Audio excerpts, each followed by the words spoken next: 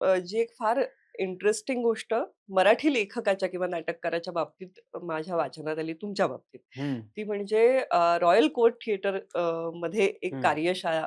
तर हो. मुळात आपल्याकडे ना सिद्धहस्त लेखक अशी एक कल्पना आहे, की लेखक कागदाचे ताव पुढे घेतो आणि लिहायला सुरुवात करतो. आजचा लेखक असेल तर लॅपटॉप फुल्ली उघडतो आणि फास्ट. कीपॅड वापरायला सुरुवात करतो. तर काय वाटलं होतं लेखन कार्यशाळा याविषयी आणि कसा अनुभव?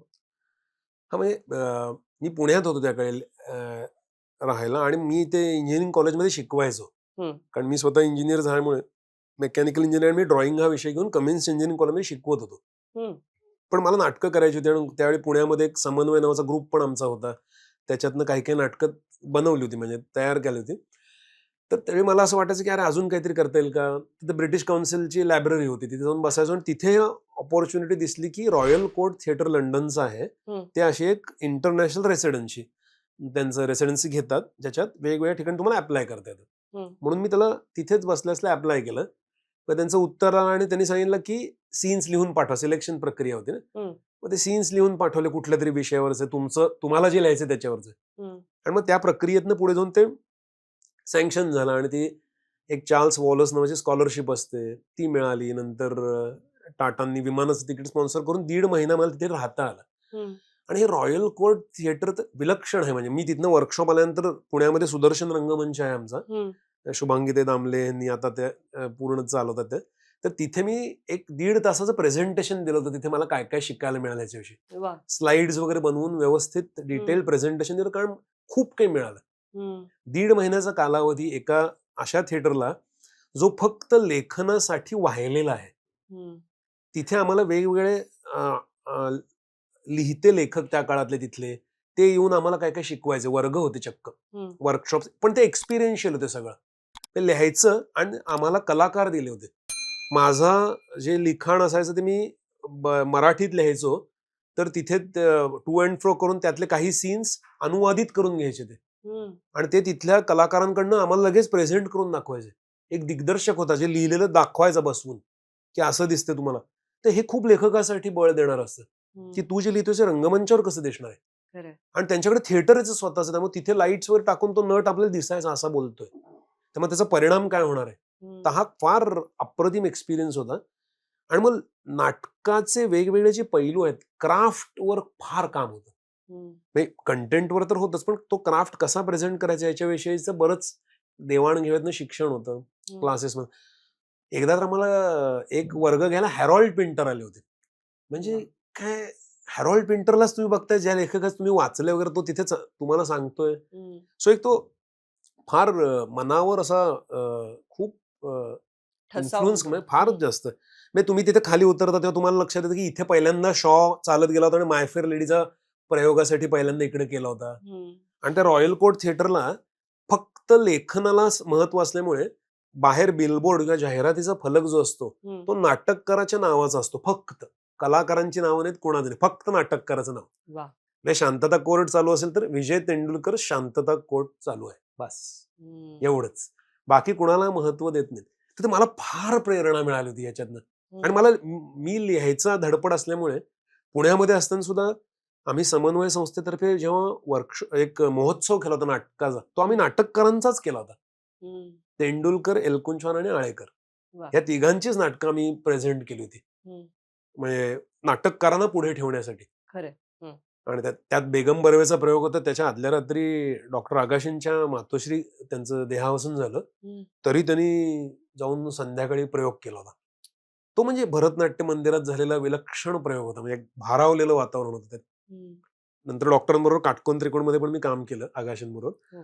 पण तो जो महोत्सव होता, तो आम्ही नाटककारांना वाहिलेला महोत्सव होता. कारण हं. थिएटरमध्ये मला फार असं वाटतं, की नाटककार महत्त्वाचा आहे. खरं आहे. दिग्दर्शक आम्ही करतो वगैरे सगळं, पण नाटककार तो शब्द जो जनरेट करतो, हं, तर ते महत्त्व वाटत असते. मग अशा ठिकाणी रॉयल कोर्टला जिथे त्यांचंही म्हणणं तेच आहे. हं, तर मला असं आनंदाच्या उकळ्या फुटत होत्या, की अरे मला हे म्हणायचं होतं. हं, ते जे बोलायचे वर्गामध्ये वगैरे, की असं करायचं होतं आणि मिनिमम ह्याच्यात. मग आता साधं होतं, की एक एस्थेटिक्स कसं असतं, हं, तिथे एक आम्हाला जोडी नावाची एक आली होती बाई शिकवायला. माझ्या नाटकाचा वर्ग तिने घेतला हं, आणि ती म्हणाली, की "हां, तू मग आता कुठली खुर्ची इथे ठेवशील?" त्या एस्थेटिक्स म्हणजे मी मिनिमल थिएटर करतो. म्हटलं आम्हाला काय नाही, आम्हाला टेबल खुर्चीवर पण करता येतं. एखादा मोडा ठेवेन मी. तर ती मला म्हणाली, नाही मोडा खुर्ची ठेवेन. ते नाही, खुर्ची कुठल्या रंगाची ठेवशील? तर मी म्हणलं, मी नाही असा विचार केला. ती म्हणजे म्हणजे काय एकच प्रॉप ओपन मग संपूर्ण विचार व्हायला पाहिजे त्याचा, रंग कुठला, हे काय. मग सडनली मला लक्षात आलं की अरे हे एस्थेटिक्स मला येत नाही. तर अशा बऱ्याच गोष्टी ओपन अप झाल्या तिथल्या वर्कशॉप्समुळे. आणि लेखनाविषयी तर क्राफ्टचं तर खूपच ओपन झालं. याची आपल्याकडे तेवढी काय म्हणूया त्यासाठीची व्यासपीठ कमी आहे कमी का? आहेत. म्हणजे तरी आता म्हणजे काही काही ठिकाणी आता थोडं थोडं होतंय किंवा पण इंडिपेंडंट वर्कशॉप जास्ती झालेत. असं सातत्याने चालणारं जे म्हणतो ना, अशा प्रकारचं वर्कशॉप त्यांचं जे तिथे होतं ते स्ट्रक्चर सगळीकडे नाहीये आपल्याकडे. आहेतच नाही म्हणजे एक्सरसाइजेस मध्ये आहे पण पूर्ण लेखनावर फोकस्ड. आणि असं आता फिल्म इन्स्टिट्यूटमध्ये एक रायटिंगचं आहे. त्यांचं एक कोर्सच आहे म्हणजे फिल्मला डेडिकेट केलेला. पण नाही तर खूप नाही आपल्याकडे लेखनाविषयीचं इतकं. कार्यशाळा मधून मधून होतात हो. अशा स्फुटक, पण एक अशी पण ऍक्टिव्हिटी काही दिवसांच्या वगैरे असतात म्हणजे कालावधी त्याचा फार नाही इयर राऊंड ऍक्टिव्हिटी म्हणजे ते आमच्याकडनं मग ते कंटिन्युएशन वर्षभर ते फॉलोअप्स घेत होते. काय लिहिलंय, कुठपर्यंत आलंय, असं ते करायचंय. आणि मग त्या रॉयल कोर्टनी इथे रेज नावाचा ग्रुप आहे, शहनाज पटेल, रजत कपूर वगैरे यांच्यासोबत इंटरलिंक करून रायटर्स ब्लॉक नावाचा महोत्सव केला त्या इथे एक वर्कशॉप घेऊन.